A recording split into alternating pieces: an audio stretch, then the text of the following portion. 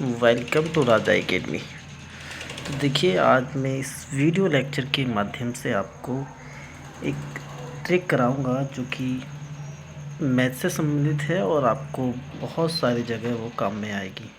ठीक है, ये ट्रिक स्क्वायर से रिलेटेड है, यानी इस ट्रिक के माध्यम से मैं आपको कुछ ही सेकंड के अंदर कितना भी बड़े से बड़ा नंबर हो उसका स्क्वायर हम कैसे निकाल सकते हैं और अपने टाइम को किस तरह से हम बचा सकते हैं, ये ट्रिक मैं आज आपको सिखाने वाला हूँ। चलिए फिर शुरू करते हैं और देखते हैं कि किस तरीके से आप सेकंडों में बड़े से बड़े नंबर का स्क्वायर निकाल सकते हैं। ठीक है, देखिए, अब आपसे अगर मैं कहूँ कि आप 11 का स्क्वायर निकालिए तो आप निकाल सकते हैं, लेकिन निकालने कैसे, यानी आप क्या काम करेंगे। 11 की मल्टीप्लाई आप 11 के अंदर करेंगे, यानी ये आपके पास 11 है और 11 की मल्टीप्लाई आप 11 के अंदर करेंगे। इस तरह से आप इसका निकालने जाएंगे तो पता ये लगेगा कि इसमें काफ़ी टाइम लग जाएगा, यानी इतने टाइम के अंदर तो आप दूसरा क्वेश्चन कर सकते हैं।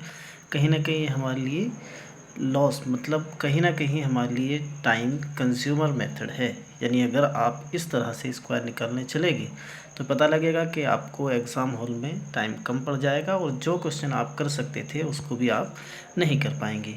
तो फिर इसका एक शॉर्ट तरीका है जिसके माध्यम से आप बड़े से बड़े नंबर का भी स्क्वायर निकाल सकते हैं। अगर आप इस वीडियो को शुरू से अंत तक ध्यानपूर्वक देख लेते हैं तो निश्चित तौर पर आपको स्क्वायर निकालने आ जाएंगे। ठीक है, फिर देखिए किस तरीके से आप स्क्वायर बड़े से बड़ा निकाल सकते हैं। आपको क्या करना है, ये 11 का स्क्वायर है आपके पास जो आपको निकालना है, यानी ये स्क्वायर आपको फाइंड आउट करना है। तो फिर किस तरीके से निकालेंगे, देखिए आपको क्या करना है।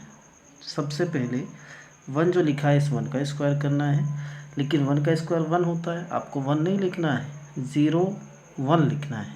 मतलब जो भी स्क्वायर आएगा अगर वो एक डिजिट का नंबर है तो फिर हम उसको 2 डिजिट का नंबर बनाने के लिए 0 पहले लगाएंगे, उसके बाद उस डिजिट को लिख देंगे।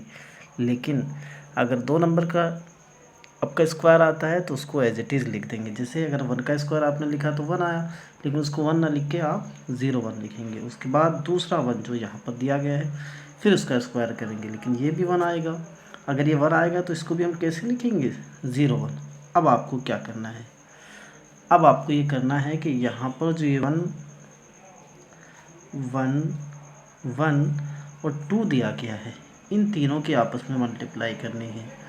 यानी ये सारे के सारे जो चीज़ें आपको दी गई हैं इन सब की मल्टीप्लाई करेंगे, तो जो मल्टीप्लाई आएगा उसको आप इस पहले नंबर के जो आपने स्क्वायर करके लिखा था उसके जस्ट नीचे लिखेंगे, लेकिन साइड का नंबर यहाँ का छोड़कर।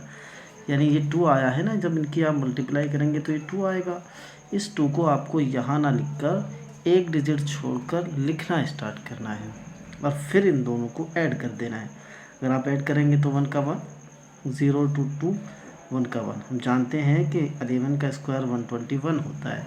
इसका मतलब आप इस तरीके से वो स्क्वायर निकाल सकते हैं। बड़ा नंबर लेते हैं, देखिए अगर आप 7 का निकालना चाहें 78 का तो किस तरह से निकालेंगे। पहले 7 का स्क्वायर करना है, आपको 49 आएगा। देखिए यहाँ पर 2 डिजिट अपने आप ही आ गई हैं, यहाँ आपको 0 लगाने की ज़रूरत नहीं है। फिर क्या करना है, 49 ऐसे कैसे लिख देना है। 8 का स्क्वायर करेंगे तो 8 का 64 आ जाएगा, 8 का स्क्वायर करेंगे तो 8 का 64। उसके बाद यहाँ जो तीनों नंबर हैं 7 8 2, इन तीनों की आपस में मल्टीप्लाई करनी है। जब आप इनकी मल्टीप्लाई करेंगे तो ये 1 1 12 आएगा। एक डिजिट आपको यहाँ पे छोड़नी है और एक डिजिट छोड़कर इसको लिख देना है। फिर इन दोनों को आपको ऐड कर देना है, 4 का 4, 6 और 2 8, 9 और 1 10, 4 और 1 5 और एक 6, यानी ये नंबर आपका ये आने वाला है।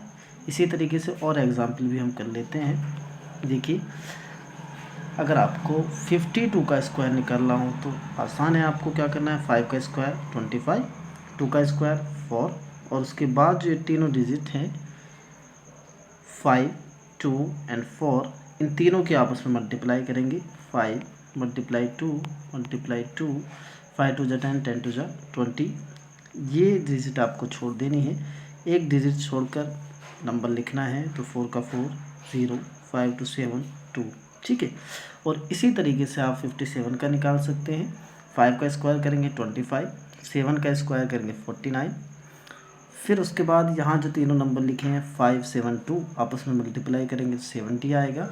और एक डिजिट को छोड़कर नीचे लिखना है और फिर दोनों को आपस में ऐड कर देना है। 9 का 9, 4 का 4, 5 7 12 2 और 3, ठीक है। चलिए देखिए, ये ट्रिक थी। इस ट्रिक के माध्यम से आप बड़े से बड़े नंबर का भी स्क्वायर निकाल सकते हैं और चंद सेकंड में निकाल सकते हैं, जिससे आप एग्ज़ाम के दौरान अपने टाइम को बचा सकते हैं और वहाँ उस टाइम को आप लगा सकते हैं जिस क्वेश्चन को आप कर सकते हैं।